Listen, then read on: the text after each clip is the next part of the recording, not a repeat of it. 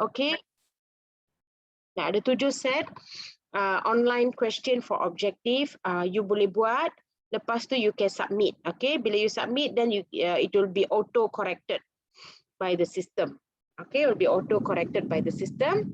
You can always try to do this. Ini sebagai satu latihan you boleh buat di rumah lah. Okay, latihan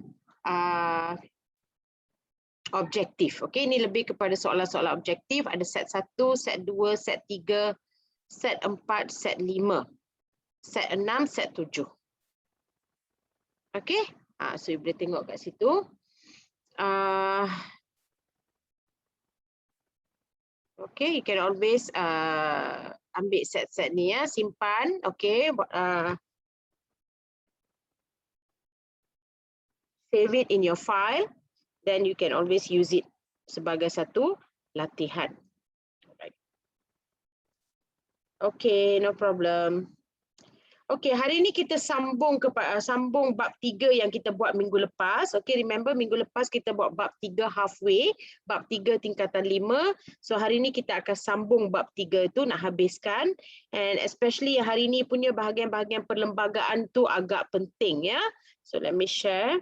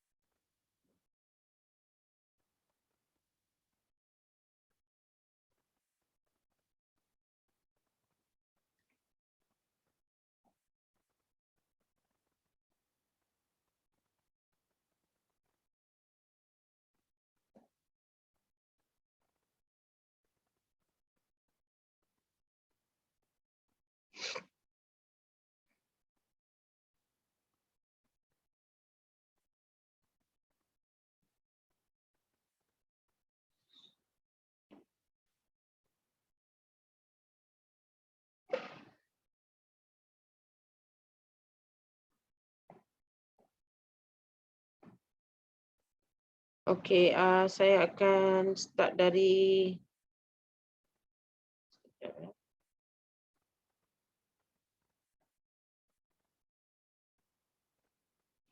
Okay, I will start dari 3.4 dia, amalan demokrasi dan pengasingan kuasa.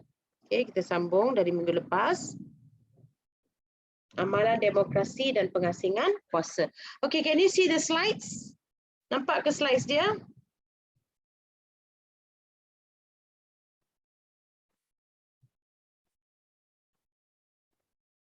Anyone can confirm nampak slides tak? Nampak Okay, okay. Alright, so kita sambung ya. 3.4 amalan demokrasi dan pengasingan kuasa. Especially bahagian pengasingan kuasa ni agak penting ya kelas untuk exam bahagian pengasingan kuasa.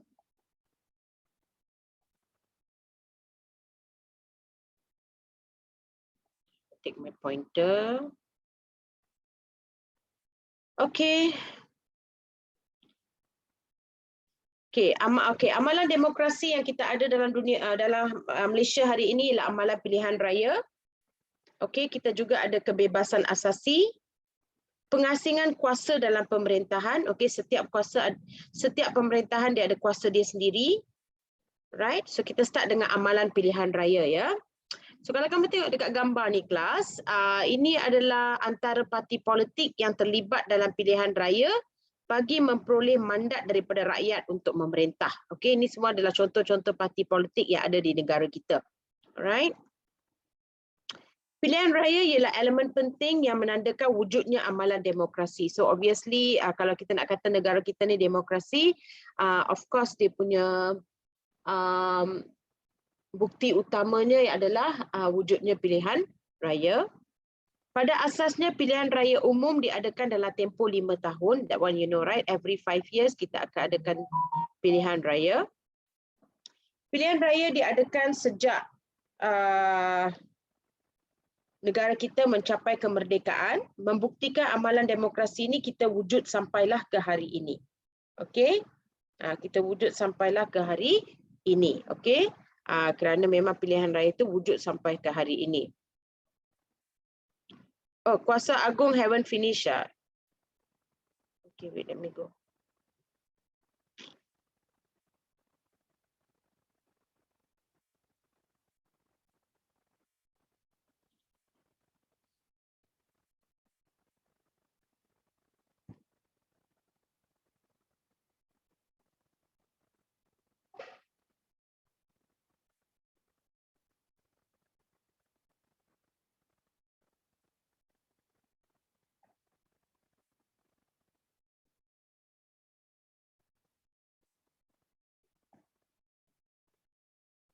Yang ni ke?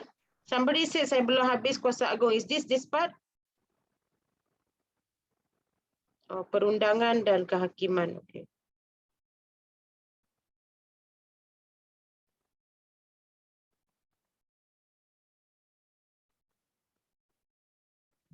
Let me go to the slide. Okay, eksekutif dah habis.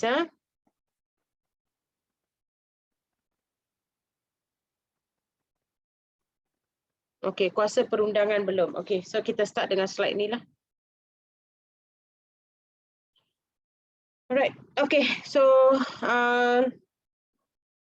kuasa perundangan ya, ini adalah di bawah kuasa yang di Pertuan Agong.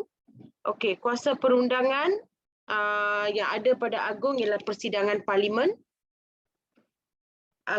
Apa-apa yang berkaitan dengan agama Islam, hak dan keistimewaan, pengisytiharan darurat. All this comes under kuasa perundangan. Okey, kita tengok persidangan parlimen. Alright. Yang di Pertuan Agong mempunyai kuasa memanggil parlimen bersidang. Okey, so kalau ada apa-apa masalah dan kita perlukan persidangan parlimen secepat mungkin, kuasanya ada pada di tangan Agong untuk menentukan. Baginda juga berkuasa memberhentikan dan membubarkan parlimen. So dia ada kuasa untuk panggil parlimen bersidang dan juga ada kuasa untuk membubarkan parlimen tersebut. Okey, agama. Yang di Pertuan Agong merupakan ketua agama Islam di negeri baginda sendiri dan juga di wilayah persekutuan Melaka, Pulau Pinang, Sarawak dan Sabah. Okey, so boleh dikatakan yang di Pertuan Agong ni memang ketua agama Islam untuk negara lah.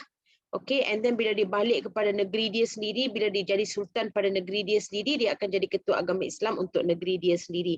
Contohnya YDP sekarang ialah daripada negeri Pahang, dari negeri Pahang. So after 5 years when he goes back to negeri Pahang menjadi sultan di sana, dia akan menjadi sultan untuk negeri dia sendiri. Okey, bila dia jadi agung, dia akan menjadi ketua agama Islam bukan saja untuk negeri dia tetapi juga untuk seluruh negara.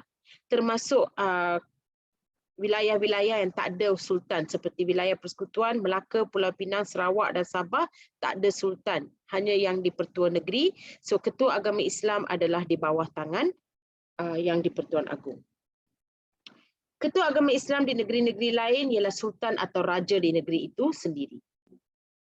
Okey, dari segi hak dan keistimewaan, yang di Pertuan Agong bertanggungjawab menjaga serta melindungi kedudukan istimewa orang Melayu dan juga Bumi Putera Sabah dan Sarawak. So semua hak-hak keistimewaan itu akan dijaga oleh Agong ya. Baginda juga bertanggungjawab melindungi kepentingan sah kaum lain di Malaysia. Pengisytiharan darurat, okey, baru-baru ni pun kita ada darurat, okey, kita ada darurat disebabkan oleh COVID-19. So pengisytiharan darurat semua akan dibuat oleh yang di Pertuan Agong. Okey, yang akan mengisytiharkan darurat. Darurat in English is the state of emergency ya. Pengisytiharan darurat dibuat setelah baginda memastikan kebenaran wujudnya keadaan yang mengancam keselamatan awam atau ekonomi negara. That means if anything happens yang boleh mengancam atau memberi kesan yang tidak baik kepada keamanan negara atau ekonomi negara, maka baginda boleh mengisytiharkan darurat.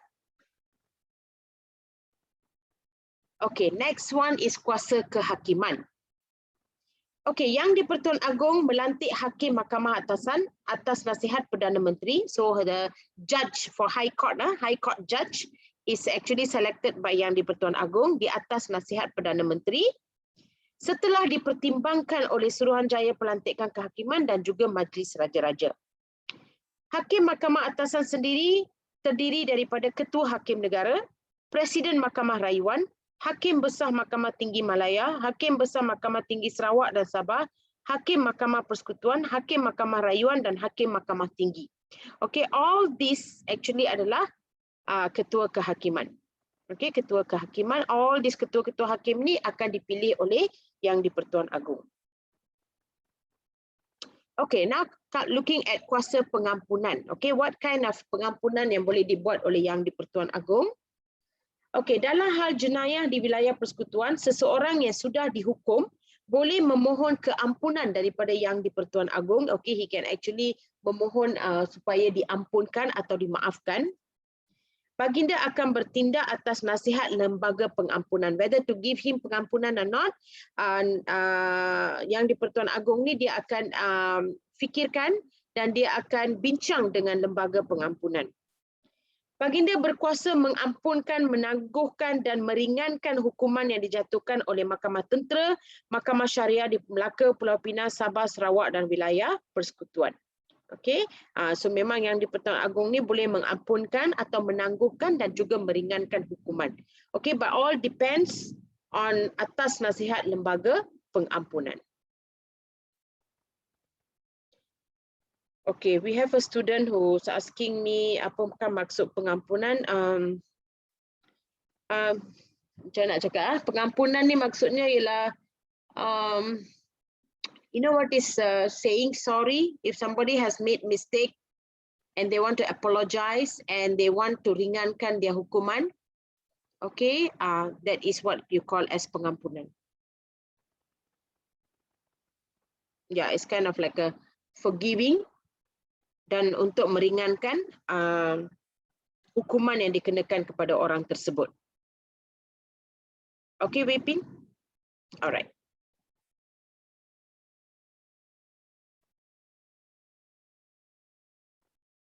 Alright, so dengan tu kita dah habis kuasa Yang di-Pertuan Agong ya, dari segi kuasa eksekutif, kuasa perundangan dan juga kuasa kehakiman.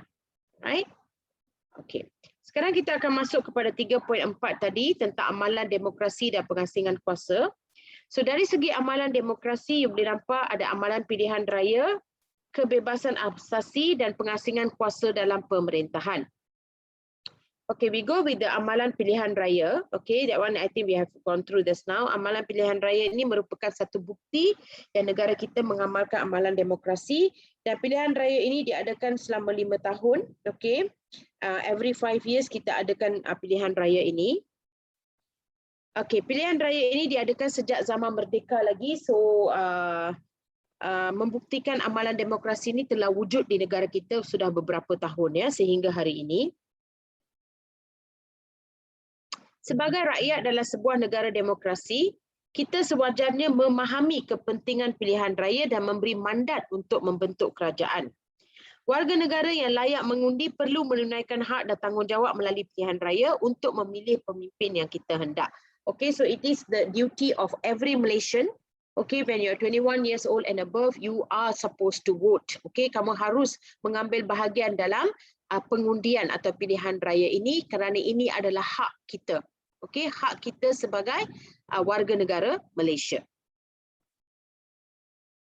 Okay, ini adalah gambar-gambar yang menunjukkan kempen pilihan raya. So, okay, before pilihan raya, alright, banyak kempen yang akan dibuat oleh wakil-wakil rakyat. Okay, just to you know, to show what they can do, dan mereka akan menyenaraikan manifesto. Manifesto maksudnya adalah mereka akan menyenaraikan janji-janji. Okay, kalau kamu memilih mereka, apakah janji-janji yang akan dibuat oleh mereka?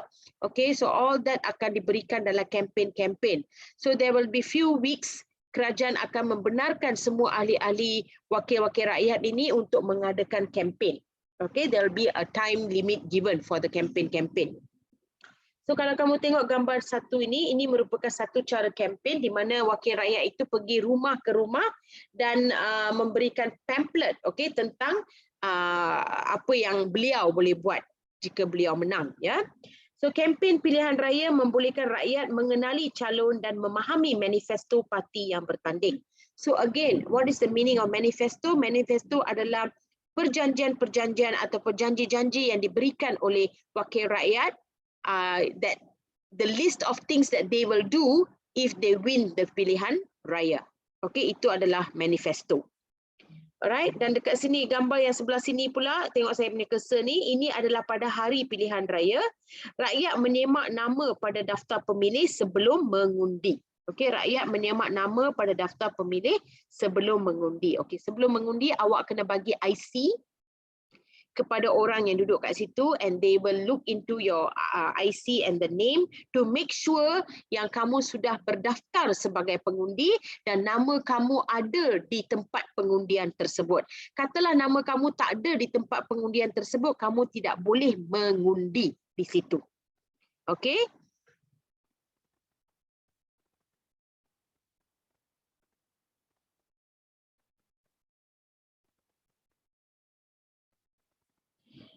Alright, ini pula gambar undian dilakukan dengan menggunakan prosedur yang telus dan sistematik. Okey, ini adalah cara mengundi. Actually, tak boleh bawa anak-anak semua sebenarnya. Okey, you supposed to go in on your own.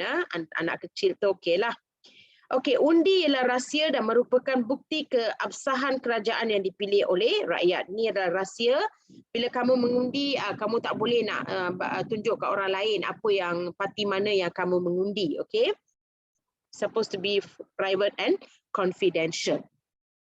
Alright, is there any question tentang pilihan raya, kelas? Are you clear about the pilihan raya?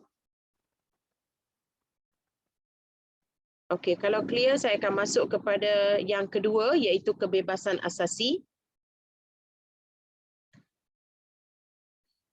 Kebebasan asasi atau hak asasi merupakan hak yang dimiliki oleh seseorang individu di sisi undang-undang. Perlembagaan persekutuan menggariskan peruntukan tersebut. Antaranya termasuklah kebebasan diri. Apa maksud kebebasan asasi itu? Okey, ia termasuk banyak benda, iaitu kebebasan diri, okey, kebebasan beragama, hak berkenaan dengan pendidikan, ini juga bebas mengikut individu, serta kebebasan bersuara, berhimpun dan berpersatuan. Okey, so sebagai negara demokrasi, rakyat Malaysia memang mempunyai semua kebebasan asasi ini. Okey, ni kat contohnya gambar ni menunjukkan satu contoh kebebasan bersuara. Bersuara ni bukannya maksudnya bercakap sahaja, ia juga termasuk dalam penulisan. Okey, kebebasan bersuara termasuklah kebebasan media yang dikawal oleh Akta Hasutan serta Akta Mesin Cetak dan Penerbitan. So tiga-tiga geng ini akan mengawal atau akan mempengaruhi kebebasan media. Okey, so kebebasan media juga merupakan satu kebebasan bersuara. Kalau nak beri pendapat-pendapat, bolehlah tulis dalam media. Kebebasan asasi yang diperuntukkan dalam perlembagaan tidak bersifat mutlak, tetapi tertakluk pada sekatan yang ditentukan oleh undang-undang yang digubal. So bebas dia bukanlah bebas sepenuhnya. Maksudnya ada perkara-perkara yang awak tak boleh terlalu bebas. Contohnya seperti tak boleh menyentuh hal-hal sensitif, especially hal-hal berkaitan dengan agama, itu tidak dibenarkan. So that is why ada sekatan-sekatan tertentu, dan kebebasan bersuara ini sebenarnya dikawal oleh Akta Hasutan, Akta Mesin Cetak dan Penerbitan. Sekatan tersebut bertujuan untuk memastikan ketenteraman dan kesejahteraan awam. Okey, supaya tidak berlaku apa-apa masalah. Alright, in English we call it as human rights. Okey, kebebasan asasi berdasarkan perlembagaan yang kita ada pada hari ini ialah kebebasan diri, kebebasan beragama, hak berkenaan dengan pendidikan, kebebasan bersuara, berhimpun dan berpersatuan. Ini semua kita ada kebebasan dia. Okey, walaupun ada yang tertakluk kepada badan-badan tertentu. Okey, apa maksud kebebasan diri? Tiada seorang pun boleh diambil nyawanya atau dilucutkan kebebasan dirinya kecuali mengikut undang-undang. Kebebasan beragama pula, Islam ialah agama persekutuan, penganut agama lain boleh mengamalkan agama masing-masing, tidak ada paksaan untuk masuk Islam, walaupun Islam adalah agama persekutuan. Itu maksudnya kebebasan beragama. Hak berkenaan dengan pendidikan ialah Tidak boleh didiskriminasi terhadap warga negara atas alasan agama, ras, keturunan atau tempat lahir. When comes to studies, there should not be any discrimination. Kebebasan bersuara, berhimpun dan berpersatuan. Setiap warga negara berhak kepada kebebasan bersuara. Mereka berhak untuk berhimpun dan membentuk apa-apa persatuan. Okay, any questions setakat tu kelas? Tentang kebebasan? Kebebasan dalam demokrasi. Dalam amalan demokrasi.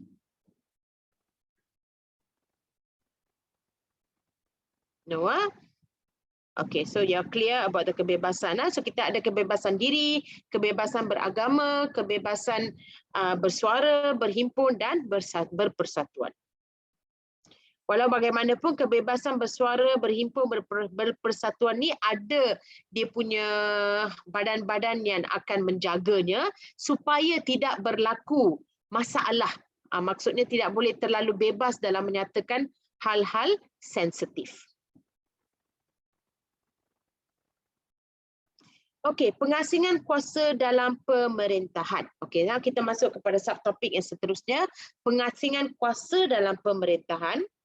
Okey, pengasingan kuasa diamalkan sejak negara kita mencapai kemerdekaan. Kuasa pemerintahan di negara kita dibahagikan kepada 3 badan, iaitu Badan Perundangan, in another name is called Legislative, Badan Eksekutif atau Badan Pelaksana, dan Badan Kehakiman atau Badan Judisiari.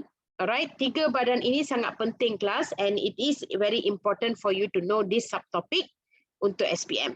Okey, 3 badan ini sangat penting, iaitu pengasingan kuasa dalam pemerintahan ada 3 badan, iaitu Badan Perundangan, Badan Pelaksana atau Eksekutif dan Badan Kehakiman.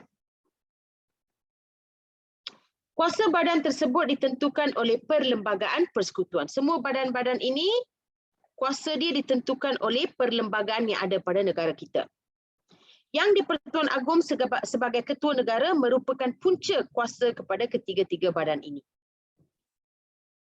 Alright, so inilah dia ketiga-tiga badan ini kelas. Alright, so of course the main person for all these 3 badan ialah Yang di-Pertuan Agong. Okey, dan dibantu oleh Majlis Raja-Raja. Majlis Raja-Raja is always there sebagai badan penasihat. Okey, dan bawah ni kita ada Badan Perundangan, Badan Eksekutif, Badan Kehakiman.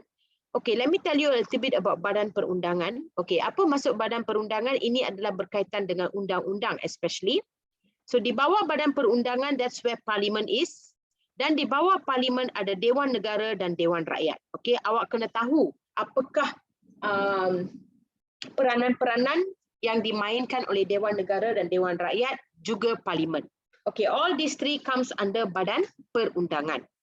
Okay, so perundangan ni maksudnya undang-undang and everything dibuat dalam Badan Perundangan.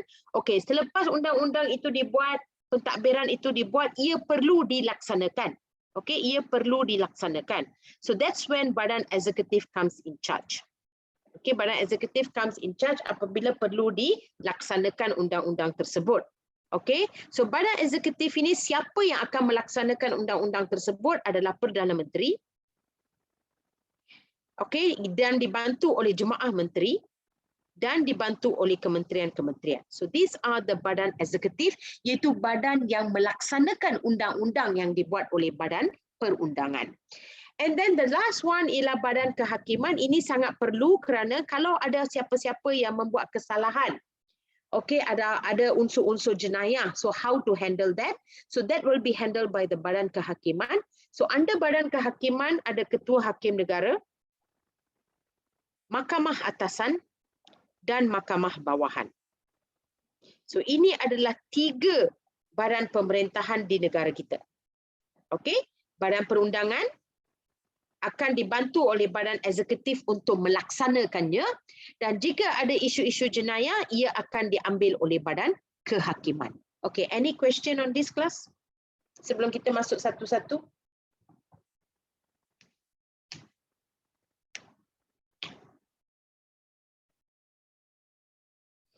Alright, nah, so sekarang kita akan masuk satu persatu.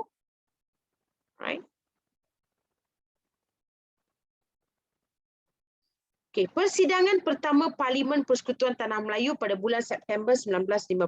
Ini adalah gambar persidangan Parlimen yang pertama, ya. Ini adalah Kabinet Jemaah Menteri selepas merdeka diketuai oleh Perdana Menteri Tunku Abdul Rahman. Okay, Tunku Abdul Rahman is in the middle and this is the first Kabinet Kementerian atau Jemaah Menteri yang pertama yang diwujudkan selepas merdeka. The Lord High Chancellor Britain berdiri di tengah-tengah ni, alright, bersama Hakim Tanah Melayu selepas mesyuarat khas di Mahkamah Agung Kuala Lumpur sejurus kemerdekaan. Okay, so this is when they elected the first Hakim Tanah Melayu. Okay, so during that time mereka telah ambil foto ni bersama dengan the Lord High Chancellor Britain. Okay, ini adalah lebih kepada badan kehakiman.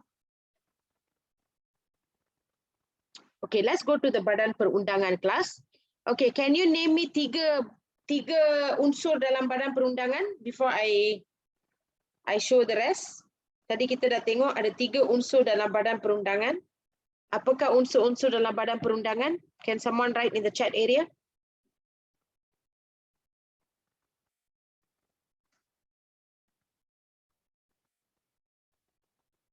Apakah badan-badan yang terlibat dalam badan perundangan?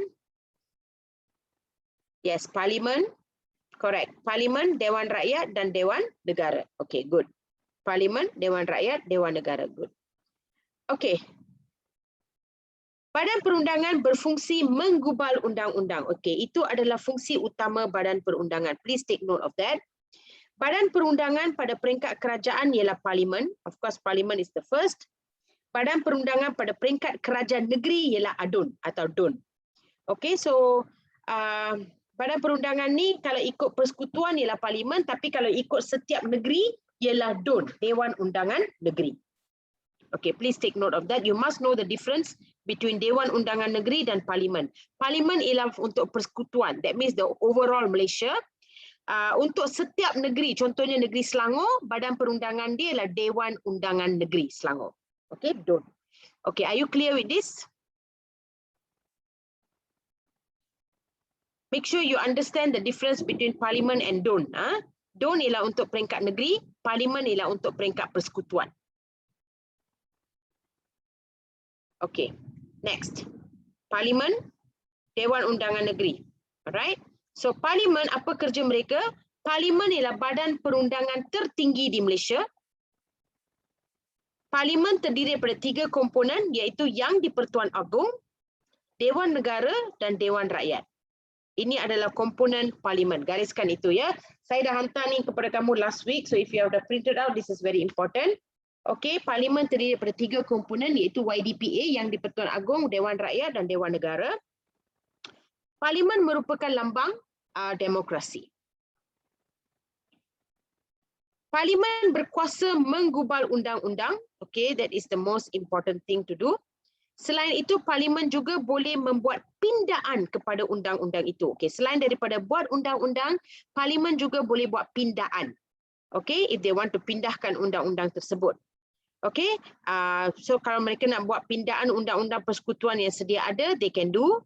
They can also menyemak semula dasar-dasar kerajaan. Mereka juga boleh meluluskan perbelanjaan kerajaan dan juga sistem cukai yang baharu. So these are some of the peranan Parlimen. Take a bit of time to see that. Okay, apakah peranan-peranan Parlimen selain daripada menggubal undang-undang? Mereka juga boleh buat pindaan undang-undang, menyemak dasar-dasar kerajaan, meluluskan perbelanjaan negara dan juga sistem cukai yang baharu. All this can be done by the Parlimen. Okay. Ini adalah unsur-unsur dalam Parlimen. Okay, that is the Parliament building. You can see in Jalan Duta. If you go to Jalan Duta, kalau tak salah saya ialah Jalan Duta di Kuala Lumpur, you can see this Parliament building. Alright. So Parlimen terdiri daripada 3 ting, Yang di-Pertuan Agong, Dewan Negara. Dewan Negara juga dikenali sebagai Senat dan juga Dewan Rakyat. Okay. Okay, Yang di-Pertuan Agong salah satu komponen dalam badan perundangan. Dewan Negara ialah dewan tertinggi dalam sistem perundangan negara, membahaskan rang undang-undang yang diluluskan oleh Dewan Rakyat dengan lebih teliti. That is their job.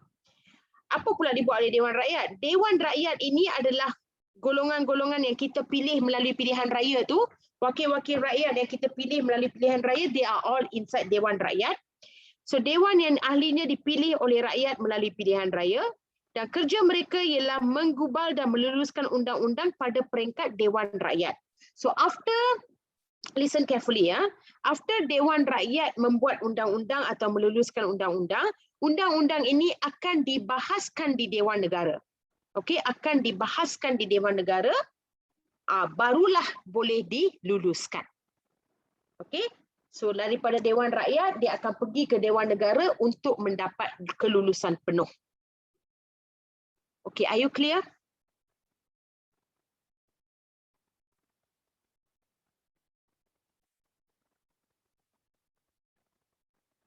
Okay, rest okay ke? The rest of you?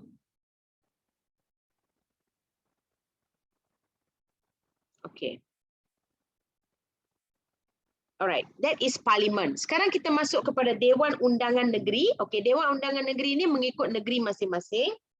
Alright, di Malaysia terdapat DUN di setiap negeri kecuali bagi wilayah Persekutuan Kuala Lumpur, Labuan dan Putrajaya. Ketiga-tiga wilayah tersebut hanya mempunyai ahli parlimen. Dewan ini terdiri daripada Sultan atau Yang di-Pertua Negeri selaku Ketua Negeri. Okey. So pasal DUN ni hanya di bahagian negeri, so Sultan will be the Ketua Negeri. Lepas tu ada Speaker Dewan atau Ahli Dewan Undangan Negeri yang dipilih melalui pilihan raya also.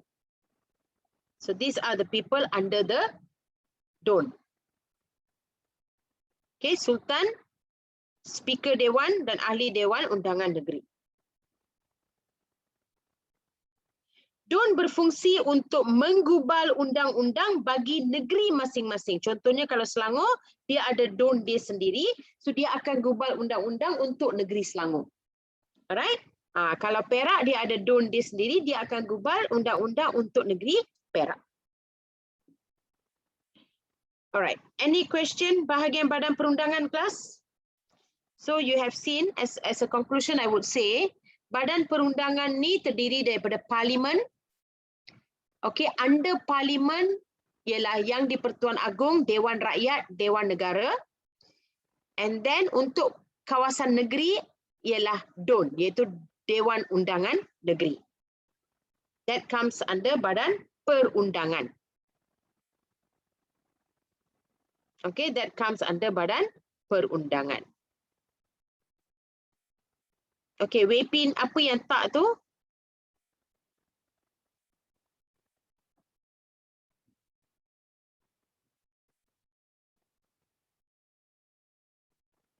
Tak ada masalah, okay. Alright.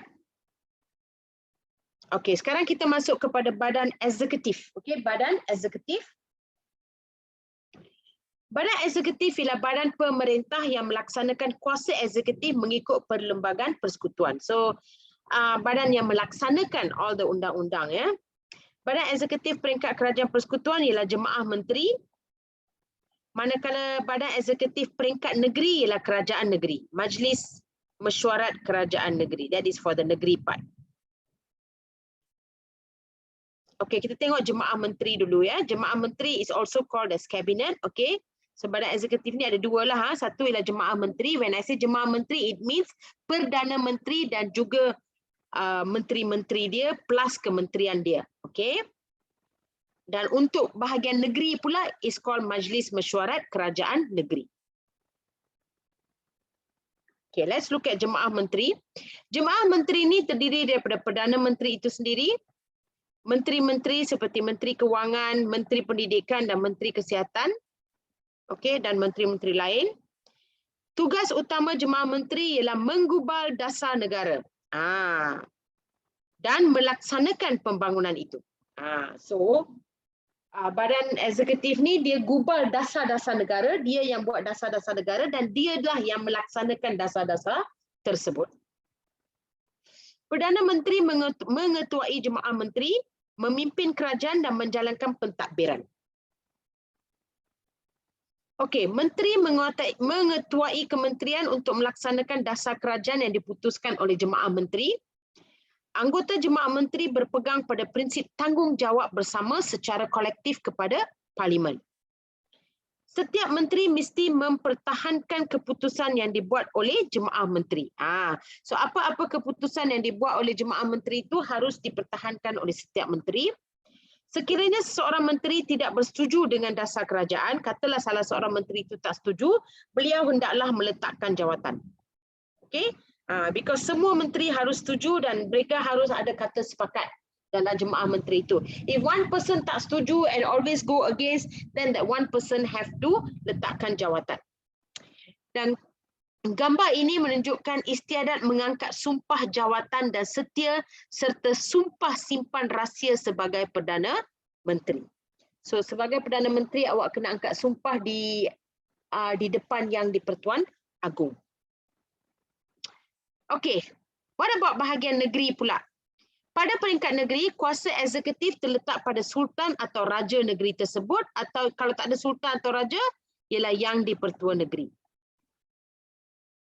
Ya. Sekejap ya. Give me 1 minute ya.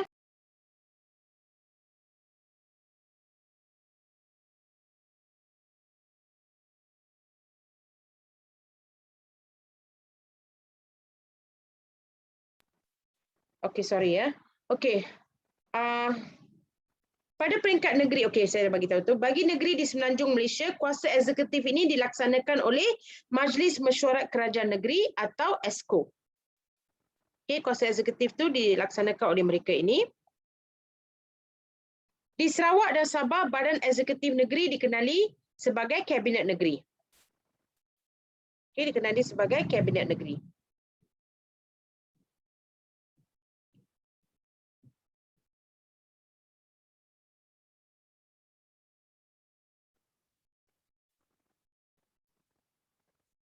Pentadbiran kerajaan negeri diketuai oleh Menteri Besar atau Ketua Menteri. Okay, any question bahagian ni kelas? Okay, meletakkan jawatan means resign. Kailing, you have to resign.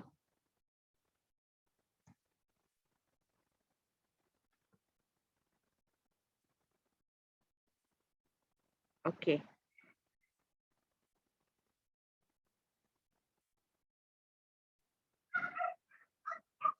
Alright, dengan tu kita dah habis badan eksekutif. Any question untuk badan eksekutif? Any question untuk badan eksekutif?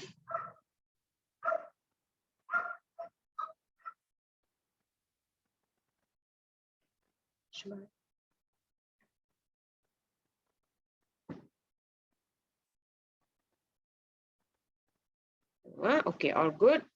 Okay, sekarang kita akan masuk kepada Badan Kehakiman ya kelas. Badan Kehakiman. Okay, let's tengok piramid kat sini. Ini adalah hierarki Badan Kehakiman di Malaysia. Okay, ini adalah hierarki Badan Kehakiman di Malaysia. So, bawah ni lah Mahkamah Magistrate. Actually, mahkamah ni dibahagikan kepada dua. Satu Mahkamah Atasan. Okay, satu ni lah Mahkamah Atasan. Okay. Dan satu lagi kita panggil sebagai Mahkamah Bawahan. Okey, Mahkamah Atasan ni, Mahkamah Bawahan ni ialah dua mahkamah, iaitu Mahkamah Magistrate dan Mahkamah Session. Okey, Mahkamah Session dan Mahkamah Magistrate comes under Mahkamah Bawahan. Dan Mahkamah Atasan ni dia ada Mahkamah Tinggi Malaya, Mahkamah Tinggi Sarawak dan Sabah, Mahkamah Rayuan dan juga Mahkamah Persekutuan. So all this comes under Mahkamah Atasan. So you must know the difference between Mahkamah Bawahan dan juga Mahkamah Atasan. Okey, Badan Kehakiman diketuai oleh Ketua Hakim Negara, obviously. Kuasa Badan Kehakiman dilaksanakan oleh Mahkamah. Hakim dilantik untuk memastikan sistem kehakiman dan keadilan ditegakkan. Okey, so memang Ketua Hakim Negara ialah ketua untuk Badan Kehakiman. Okey, this is the Istana Kehakiman. Peranan Badan Kehakiman adalah untuk mengadili pertikaian antara pemerintah dengan rakyat maupun sesama rakyat. Maksudnya kalau ada apa-apa masalah atau ada apa-apa undang-undang yang telah disalahgunakan, alright, atau ada apa-apa masalah antara pemimpin dan rakyat atau sesama rakyat, dan perlu diadili, then all that comes under Badan Kehakiman. Badan Kehakiman juga menyelesaikan konflik kerajaan negeri dan kerajaan persekutuan.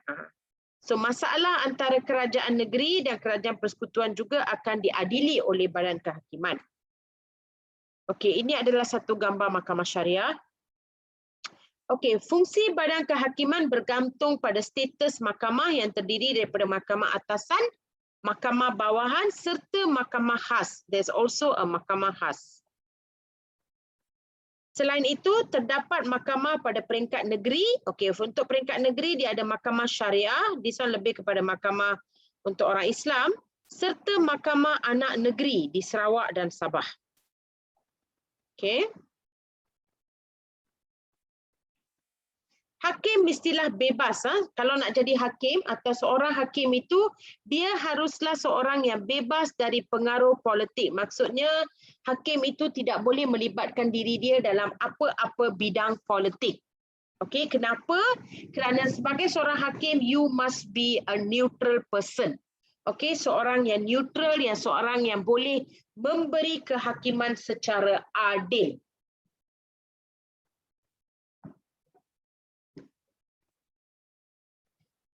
Okey, hal ini dapat menjamin integriti Badan Kehakiman sebagai badan bertanggungjawab untuk menjaga keadilan. So remember ya, seorang hakim dia tidak boleh terpengaruh dengan mana-mana parti politik. Sebagai individu yang mempunyai hak yang dijamin oleh perlembagaan, kita sewajarnya memahami kepentingan menjunjung prinsip keluhuran perlembagaan dan kedaulatan undang-undang seperti yang tersurat dalam rukun negara.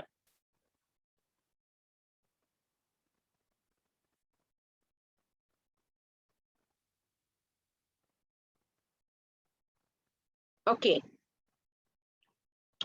Pengasingan kuasa dalam pemerintahan negara penting untuk mewujudkan pemerintahan yang adil dan saksama.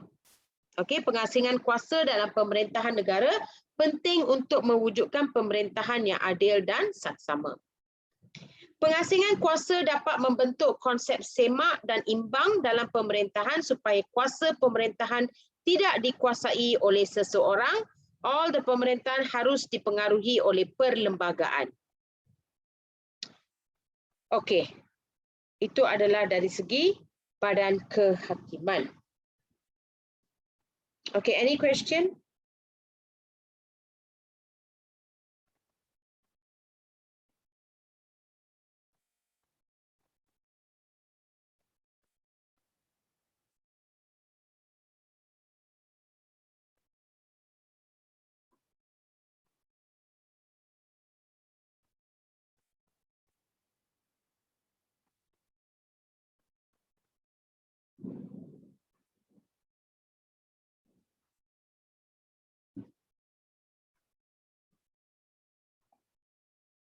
Okay, Vapin, your question, I'm not too sure. I have to check on that. Okay, Brian Che, so if Hakim get rasuah from a pakatan, well, how? Got this case before. I am not too sure about that kind of cases, Brian. Okay, so I'm not too sure of that kind of cases.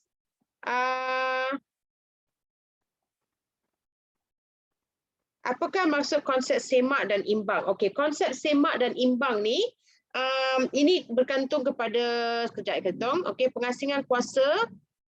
Ya, pengasingan kuasa dapat membentuk konsep semak dan imbang dalam pemerintahan supaya kuasa pemerintahan tidak dikuasai oleh seseorang atau sesebuah institusi. Maksudnya, all this pengasingan kuasa ini akan dibuat dalam satu konsep kita panggil semak dan imbang.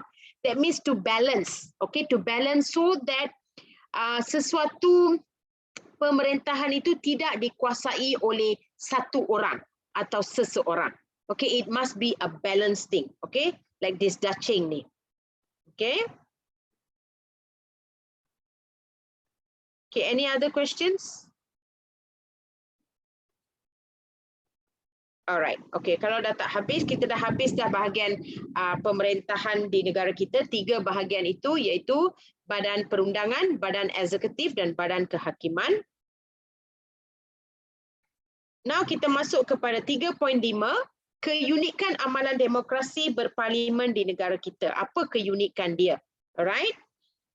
Okey, keunikan amalan demokrasi di negara kita ni ada gabungan unsur tradisional dan moden dalam pentadbiran. Mekanisme semak dan imbang dalam pentadbiran masih diwujudkan supaya kuasa itu lebih seimbang. Kuasa budi bicara raja masih ada. Kerjasama politik juga masih ada. Alright, so we see one by one. Gabungan unsur tradisional dan moden. Okay, we see into that. Okay, keunikan pemerintahan di Malaysia teradun antara unsur tradisional dengan moden. Until today, we have both unsur. Unsur tradisional terletak pada kedudukan raja, okey, kedudukan raja, warisan-warisan raja, warisan masyarakat-masyarakat, itu semua comes under traditional. Unsur moden pula ialah demokrasi berparlimen. Because demokrasi berparlimen adalah unsur moden yang kita ambil daripada British. Okay, we actually took from a model from Westminster, England. So that's why demokrasi berparlimen ni samalah dengan cara pentadbiran British. We actually took this model sebelum kita merdeka. Okay, then we have decided to make it into demokrasi berparlimen. Okay, so unsur tradisional ialah adanya raja. Okay, unsur moden adalah this demokrasi berparlimen. So gabungan itu wujud. Kombinasi raja berperlembagaan. Okay, kombinasi raja berperlembagaan which is traditional dan modern which is demokrasi berparlimen merupakan kaedah terbaik untuk mengimbangi amalan demokrasi dalam persekitaran sosiopolitik kita. So this is the gabungan kelas. Raja berperlembagaan is a traditional, demokrasi berparlimen ialah unsur modern. So dua-dua unsur ini adalah satu gabungan yang bagus. Okay, now we go to mekanisme semak dan imbang dalam pentadbiran.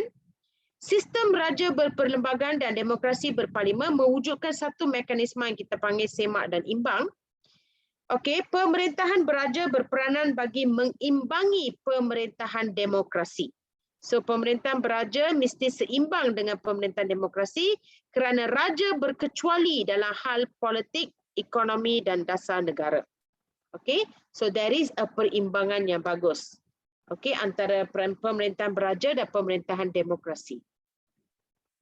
Kuasa pengimbang yang ada pada raja mampu meredakan konflik yang berlaku dalam demokrasi seperti pertikaian politik-politik. Because seorang raja, dia tak boleh dia mesti terkecuali daripada hal-hal politik, ekonomi dan dasar negara. He is not involved in it.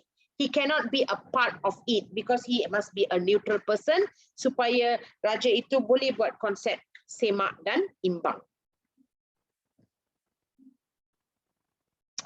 Mekanisme semak dan imbang juga berlaku melalui pengasingan kuasa, iaitu badan perundangan, eksekutif dan kehakiman.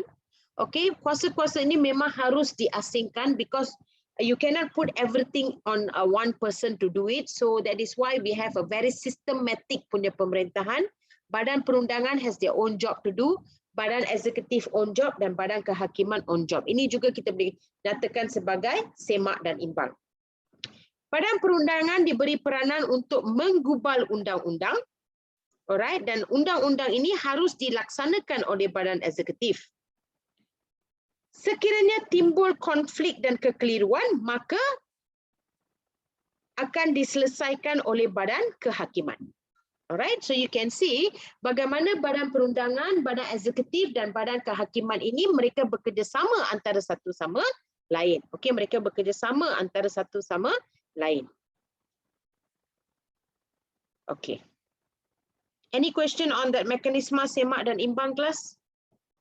Are you more clearer now, Ketong? I think you were the one who asked about it just now.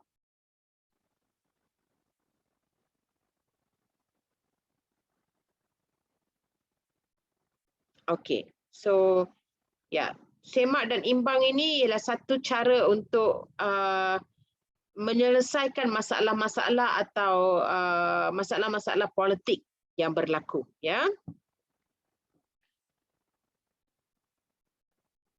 Okey, next kita masuk kepada kuasa budi bicara raja. Okey, apakah maksud ciri ini? Secara umumnya, kuasa budi bicara raja ialah kuasa yang boleh dilaksanakan oleh baginda tanpa mendengar atau menurut nasihat daripada ketua kerajaan. Maksudnya, okey, dalam demokrasi berparlimen, raja memang ada satu kuasa untuk budi bicara.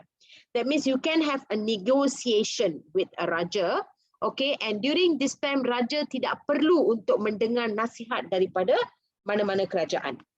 Okay, so itu maksudnya kuasa budi bicara. Okay, dia tak perlu mendengar apa-apa nasihat daripada mana-mana kerajaan. Okay.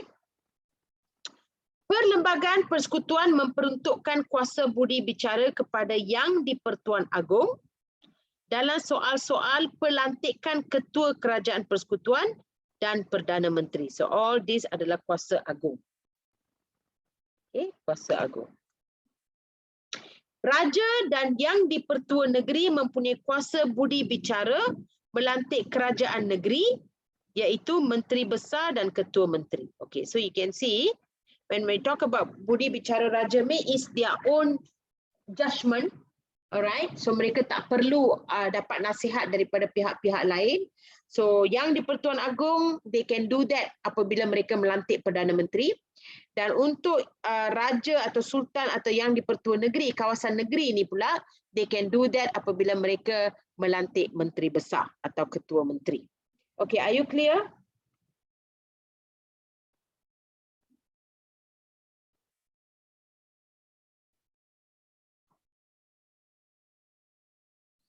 Are you clear? PM is from pilihan raya. PM is from pilihan raya. Memang dilantik melalui pilihan raya. Tapi dalam semua menteri yang berjaya masuk ke Dewan Rakyat, hanya seorang yang akan dilantik sebagai Perdana Menteri. Okay? So, Perdana Menteri yang akan melantik, yang di-Pertuan Agong yang akan melantik Perdana Menteri itu. Siapa yang akan jadi Perdana Menteri itu? Okay? Of course, kita yang memilih mereka untuk masuk Dewan Rakyat. So, they are considered as wakil rakyat. So, dalam semua wakil-wakil rakyat yang telah menang, siapakah yang akan menjadi Perdana Menteri akan ditentukan oleh YDPA.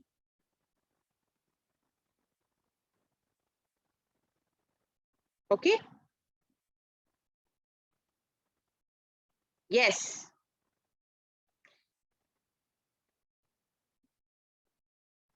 Okay, Jemaah Menteri, yes Brian, very good question.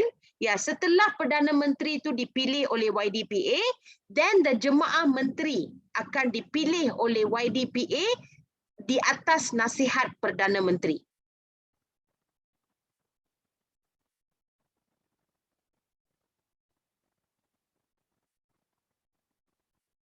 Alright? Lagi sekali ya, you don't get this thing confused. Okay, you must understand what is democracy. Democracy means of course all these people, they are all wakil rakyat dan mereka dipilih melalui pilihan raya. Okay, kita yang pilih. Alright, so once mereka semua dah jadi wakil rakyat dan masuk dalam Dewan Negara, hanya seorang yang boleh menjadi Perdana Menteri. So kata putus siapa yang akan menjadi Perdana Menteri dalam semua wakil rakyat yang kita pilih itu, melalui pilihan raya akan diumumkan atau akan diputuskan oleh Yang di-Pertuan Agong. So once the Perdana Menteri dilantik, maka Yang di-Pertuan Agong dan Perdana Menteri itu akan membuat keputusan tentang jemaah menteri. Maksudnya siapa yang masuk menteri apa, kementerian apa dan sebagainya akan diputuskan oleh dua orang itu. But obviously as a basic kita yang memilih semua orang itu.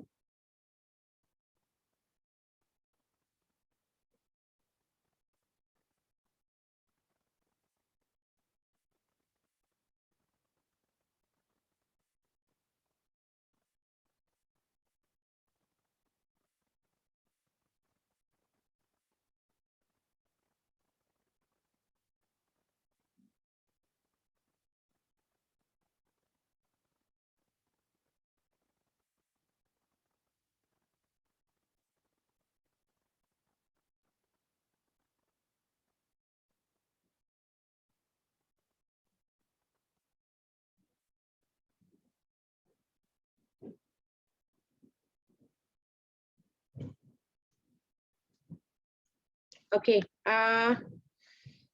Can the PM directly choose the Jemaah Menteri? Selalunya PM akan berbincang dengan yang di Pertuan Agong. Alright, so how about the May 13 darurat? Okay, May 13 darurat, what you want to know, Brian, about that? Diisytiharkan darurat oleh yang di Pertuan Agong lah. Okay, yeah, about Mageran and everything, what you want to know? Okay, let's talk about this later. Let me finish my slides first, Brian.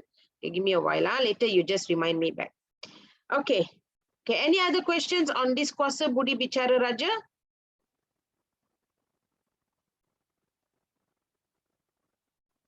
Okay, kalau tak ada kita move on. Alright, yang di Pertuan Agong juga mempunyai kuasa budi bicara untuk tidak memperkenankan permintaan pembubaran parlimen. Okey, katalah menteri-menteri ataupun perdana menteri hendak membubarkan parlimen, but Agong has got the say whether can proceed or cannot proceed. Okay, it depends on yang di Pertuan Agong. Raja dan yang di Pertuan Negeri pula mempunyai kuasa budi bicara untuk tidak memperkenankan pembubaran DUN. Itu untuk peringkat negeri. Okay. Next, ciri-ciri dalam amalan demokrasi kita adalah kerjasama politik. Kerjasama politik menekankan soal perkongsian kuasa antara kaum berdasarkan prinsip tolak ansur, perundingan dan pengorbanan. Permuafakatan pelbagai parti politik dalam satu gabungan membolehkan parti politik membentuk kerajaan. Okey, ini adalah contoh-contoh kerjasama politik. Sejak pilihan raya pada tahun 1955, gabungan parti berasaskan kaum dinamakan Parti Perikatan. Itu merupakan satu kerjasama politik. Gabungan ini pada hari ini dipanggil sebagai Barisan Nasional. Dulu kita panggil Parti Perikatan, hari ini kita panggil Barisan Nasional. Parti ini memenangi 13 kali pilihan raya. Pada pilihan raya umum ke-14 which happened in 2018, kerjasama politik telah membolehkan Pakatan Harapan memenangi pilihan raya pada masa itu. Okay. Itu maksudnya kerjasama politik. Okey, dengan tu kita dah tamat bab ini. Okay, any question?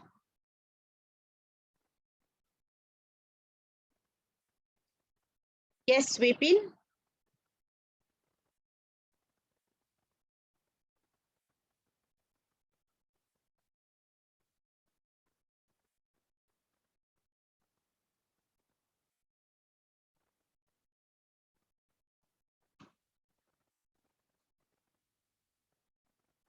Okay, there is a latihan struktur there. If you see, I just go through the latihan struktur. Senaraikan institusi beraja yang terdapat di negara kita. Okay, ini salah satu contoh soalan struktur. Institusi beraja yang ada, of course, the answer will be Majlis Raja-Raja. Institusi beraja di negeri-negeri dan juga institusi yang di Pertuan Agong. Ini adalah 3 institusi beraja yang terdapat di negara kita. Alright, soalan ini adalah soalan struktur yang memberikan nombor Roman. Kalau diberi nombor Roman, awak tak perlu tulis ayat yang panjang lah. Awak nak tulis ayat yang panjang pun boleh. Okey? Atau awak boleh ringkaskan seperti point form macam ini.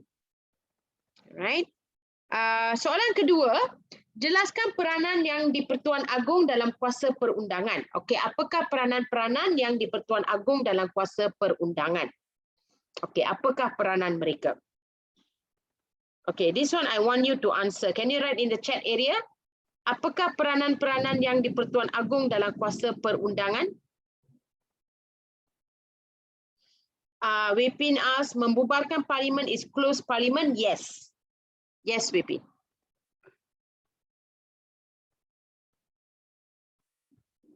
Apakah peranan yang di Pertuan Agong dalam kuasa perundangan?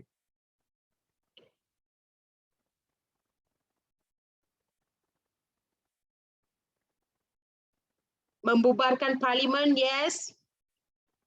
Okey, meluluskan undang-undang ialah Dewan Negara.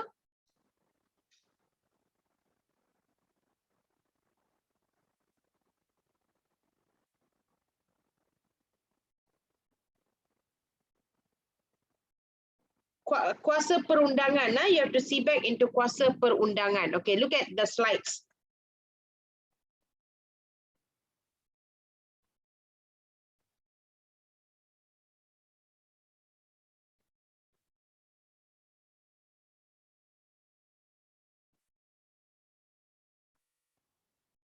Okay, check back your slides. I give you time, don't worry.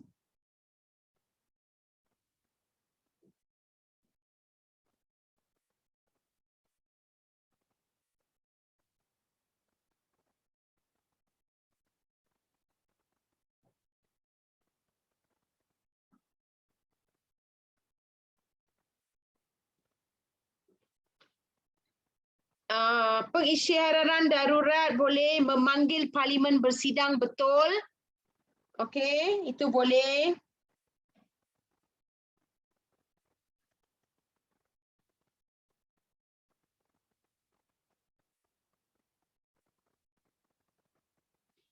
Yes, memanggil parlimen bersidang, pengisytiharan darurat, membubarkan parlimen, merasmikan sidang parlimen, memanggil dan menangguhkan sidang parlimen, memperkenankan rang undang-undang yang telah diluluskan oleh parlimen. Okay, that's what I was telling, isn't it? Undang-undang itu mesti diluluskan oleh Dewan Negara. Lepas dah undang-undang itu diluluskan, yang di Pertuan Agong boleh memperkenankan. Maksudnya like can be used, okay? To say that can be used, memperkenankan rang undang-undang yang telah diluluskan oleh parlimen, okay?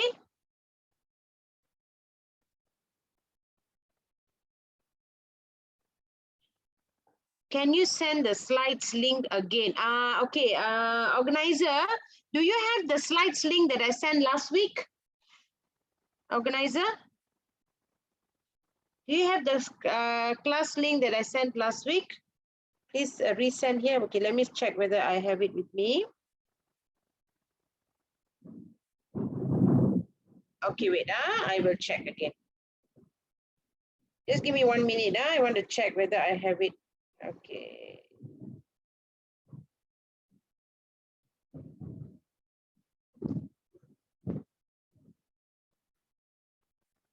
Okay, I just resent. Wait, it's, yeah. Did you receive it? Organizer, I just resent.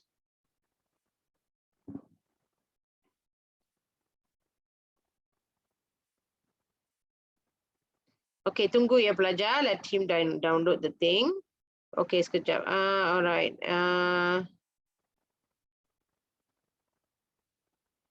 Okay, Ketua Agama Islam memerintah di negeri sendiri, wilayah pengaruh itu semua bukan under kuasa perundangan. Okay, Natasha, that is his job lah. Tapi ini adalah apa yang dia boleh buat dalam kuasa perundangan, badan perundangan. Okay, so berkaitan dengan Parlimen, Dewan Rakyat, Dewan Negara.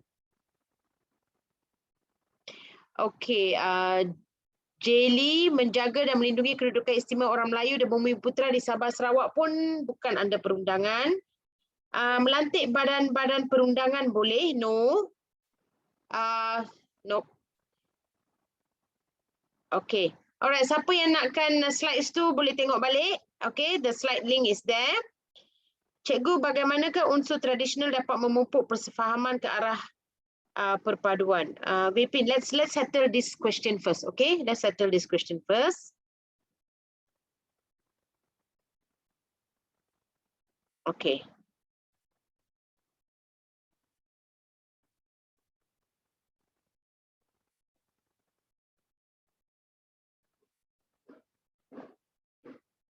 Memperkenankan rang undang-undang, that will be the best answer, class.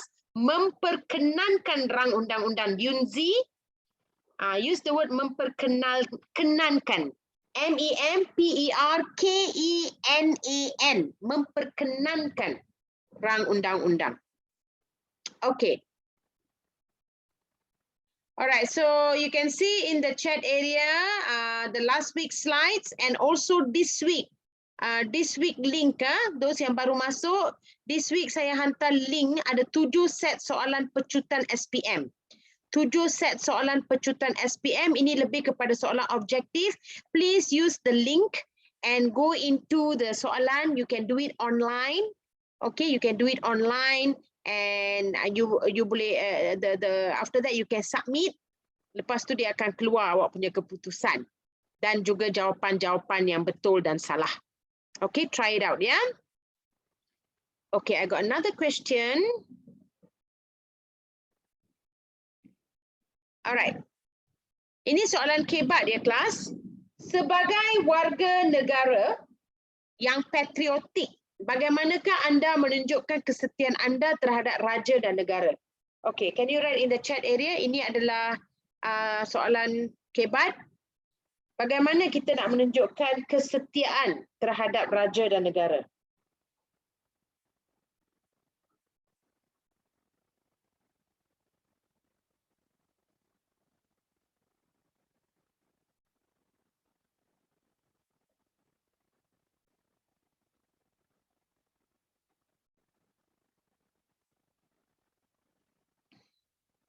Okay, ada ramai yang bagi.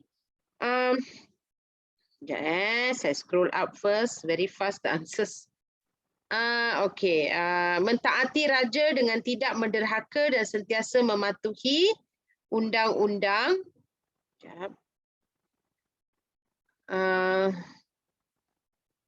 Telah ditetapkan menghormati semua kaum, bangsa dan agama supaya tidak berlaku perselisihan faham, menyokong dasar kerajaan dan negara dengan memberikan kerjasama, mengorbankan tenaga melalui sistem serah dan sistem kerah. Okey, mengorbankan tenaga melalui sistem serah dan sistem kerah tu saya rasa yang tu okey, mengorbankan tenaga untuk negara, tapi sistem serah dan sistem kerah tu sistem kerah tu dah tak begitu wujud lagi dah di Malaysia. Okay, so just put untuk negara atau untuk kerajaan, okay. Mengorbankan tenaga mengorbankan tenaga untuk kerajaan, boleh. Okay, Kylie mematuhi undang-undang, betul. Bepin tidak melanggar peraturan, boleh. Berdiri tegak apabila menyanyi lagu negaraku, betul. Menghayati rukun negara, betul. Menghormati undang-undang, betul. Menyokong barangan buatan Malaysia, betul. Memahami maksud rukun negara, betul. Saya akan menyertai diri dalam bidang ketenteraan. Okey, adakah itu salah satu cara untuk boleh Brian, but you kena tambahkan sikit. Menyertai di dalam bidang ketenteraan untuk menjaga keselamatan negara. That's better. Alright, dan menghormati undang-undang seperti jalur gemilang. Okey, betul. Alright, so all that answer boleh digunakan untuk soalan kebat tadi.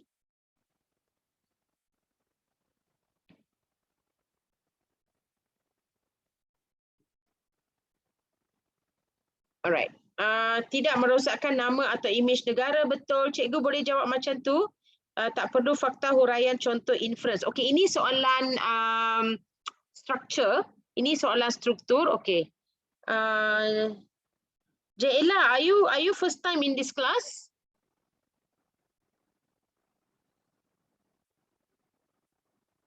Okey, okey, kalau you came, okay, katalah you attended the first class or not?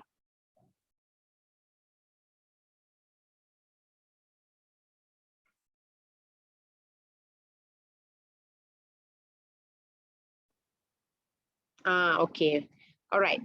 Okay, soalan macam ni ya kelas. Okay, untuk soalan kebat struktur macam ni, okay, like what Jaila asked dah. Okay, ini saya dah terangkan in the first class kan.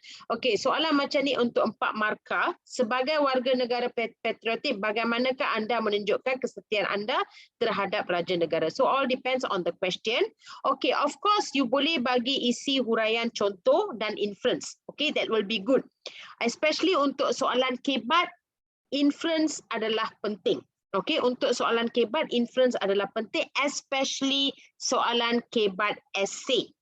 Okay, soalan kebat essay. Okay, memandangkan ini struktur, okay, awak masih boleh gunakan inference, tetapi jawapan untuk soalan ni, pasal soalan dia lah bagaimanakah. Okay, kalau bagaimanakah, awak boleh bagi terus saja isi 4 markah. Okay, atau awak nak tambah dengan huraian pun boleh aja, tak ada masalah. So, but most importantly, like how cikgu selalu bagi tahu, gunakan ayat penuh. So awak kena tulis, sebagai warga negara yang patriotik, saya akan menunjukkan kesetiaan saya terhadap raja dan negara melalui, bagi isi yang pertama, titik, selain itu apa, titik, seterusnya apa, titik.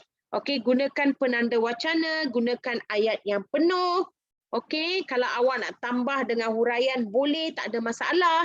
Okey, pasal soalan dia lebih kepada bagaimanakah and then inference tu pun boleh disertakan, tetapi selalunya inference tu banyak digunakan dalam bahagian esei, kebat esei. Okay. Oh, Wei Pin, you were not there when I was talking about the inference ke? There was a class when I was using the essay time. I did mention how to write inference. Wei Pin, itu ada dalam kelas tu ya. Okay, inference ni sebenarnya kelas ialah seperti kesimpulan. Okay, because kamu nak ikat balik ayat-ayat ataupun isi-isi yang kamu bagi itu. So inference tu sebenarnya ialah sebagai satu kata tugas, satu kata tegas ataupun satu kesimpulan. Oh, okay.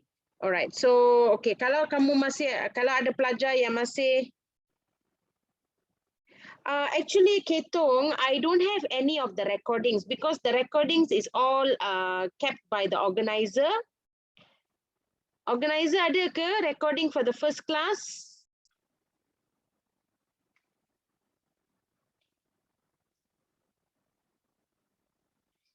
Okay. So maybe the organizer can share the first class punya. I think first class, second class, and third class lebih kepada cara-cara menjawab. Okay, first class, second class, third class. Okay, cara-cara menjawab. Maybe that first 3 classes, the recording, maybe you can share in our chat area. Are you able to share today, organizer, or you want to share next week?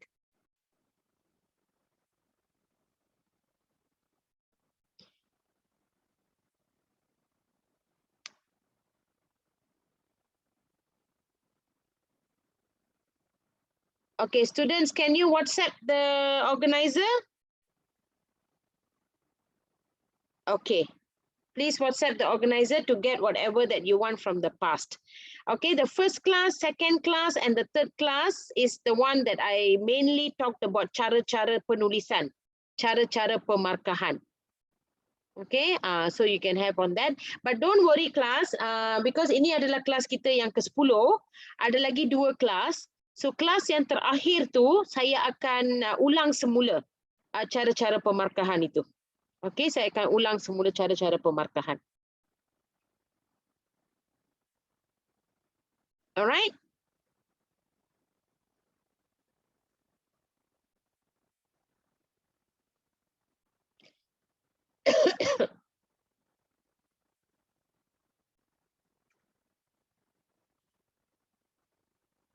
Okay, I'm going to stop the share. Alright, let's just open one of the link yang saya share tadi tu kan.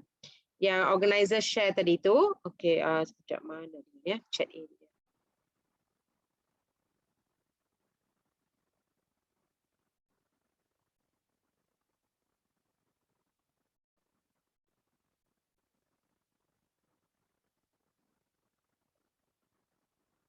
Okay, mana tadi the link? Okay, let me just share this one link here ya, just to see how it goes ya. Okay, kalau kamu buka link tu, sekejap can you see this one lah class? Nampak ke? Nampak ke saya punya sharing? Tak.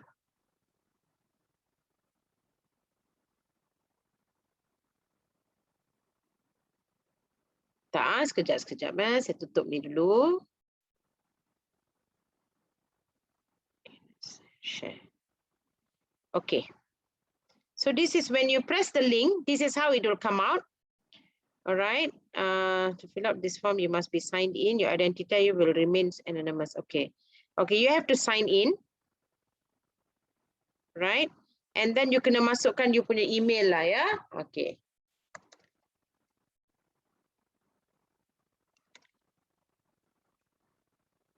Pasal ini dia macam official sikit, so that's why they will ask you all the email and everything.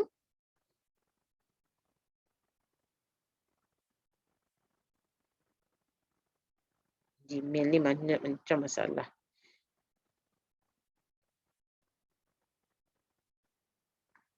Okay, sekejap. I think the screen share is stopped again.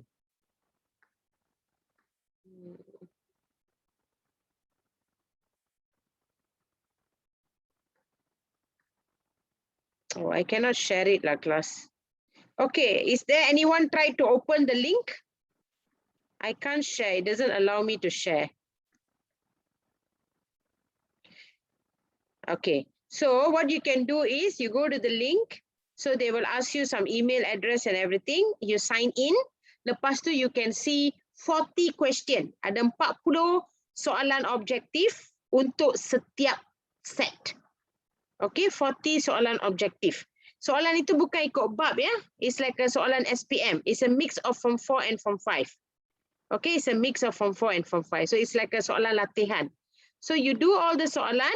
Lepas tu there'll be a submit button. You submit it. Okay, you submit. Then kamu akan dapat jawapan dan pemarkahan dia.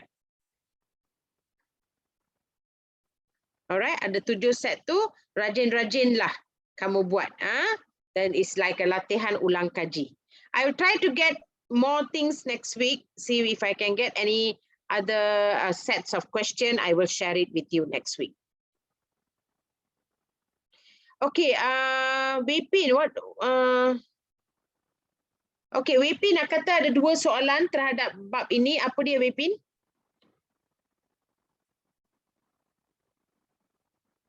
Last 2 question. Okay, siapa nak contact the organizer, phone number is there.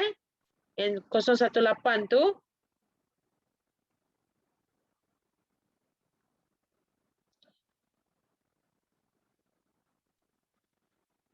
Oh, you want me to answer this, is it? Sejauh manakah golongan belia dapat memberikan sumbangan kepada demokrasi di negara ini melalui penurunan had umur mengundi kepada 18 tahun? And then bagaimanakah unsur tradisional dapat memupuk persefahaman ke arah perpaduan?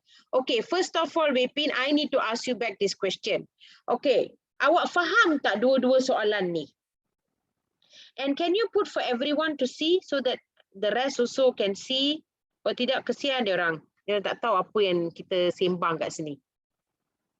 Okay, that is the first question. Okay, Wipin, do you understand that question or not?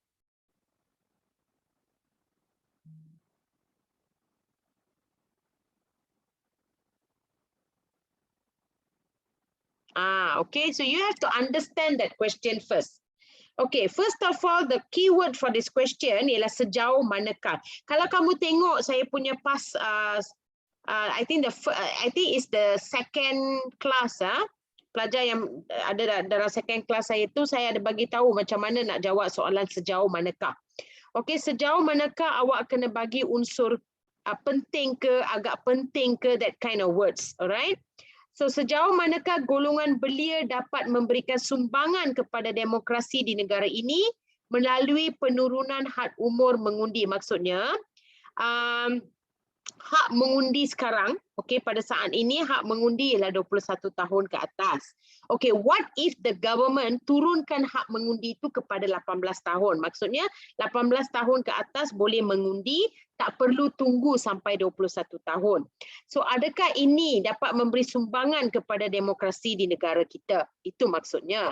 That means more people can vote. And golongan belia means is the youngsters. Okay, you must understand golongan belia tu apa had umur dia. Belia is 30 years old and below. 30 years old and below is called as golongan belia. Alright, 21 to 30, that is belia. Alright, so what you think? Sejauh manakah golongan belia dapat memberikan sumbangan kepada demokrasi di negara ini melalui penurunan had umur mengundi kepada 18 tahun? So, how can this impact atau memberi sumbangan kepada demokrasi di negara ini. So kalau more people vote, what happen? Dan mengundi hak umur mengundi bawah 18 tahun, adakah itu okey? Maybe that kind of thing, mungkin tidak matang, baru je keluar dari sekolah, all that lah. So you have to tengok semua bahagian ini untuk menjawab sejauh manakah. Alright? Okay, kalau awak nak, okay, bila dia kata sejauh manakah, it can be wajar tak wajar, because ini adalah soalan yang open. Penting ke, tak penting ke, agak penting ke, alright?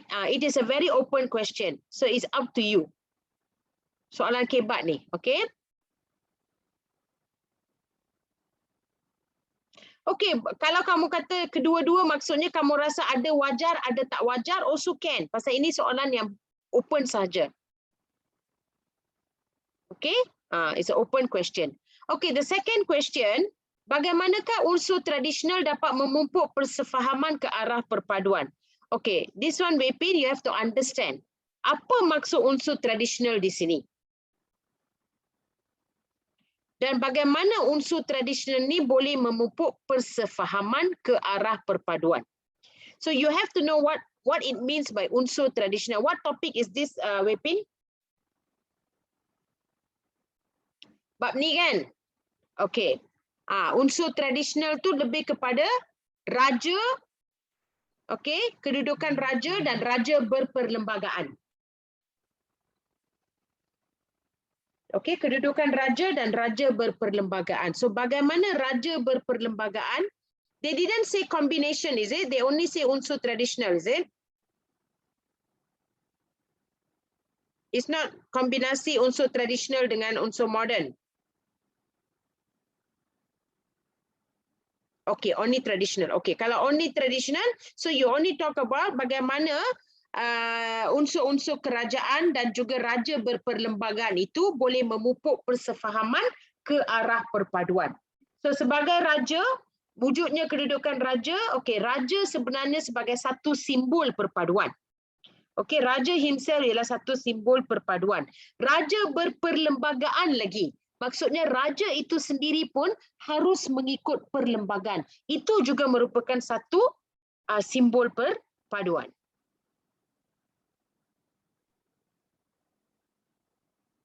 Okay? Okay, Vipin, did you get it?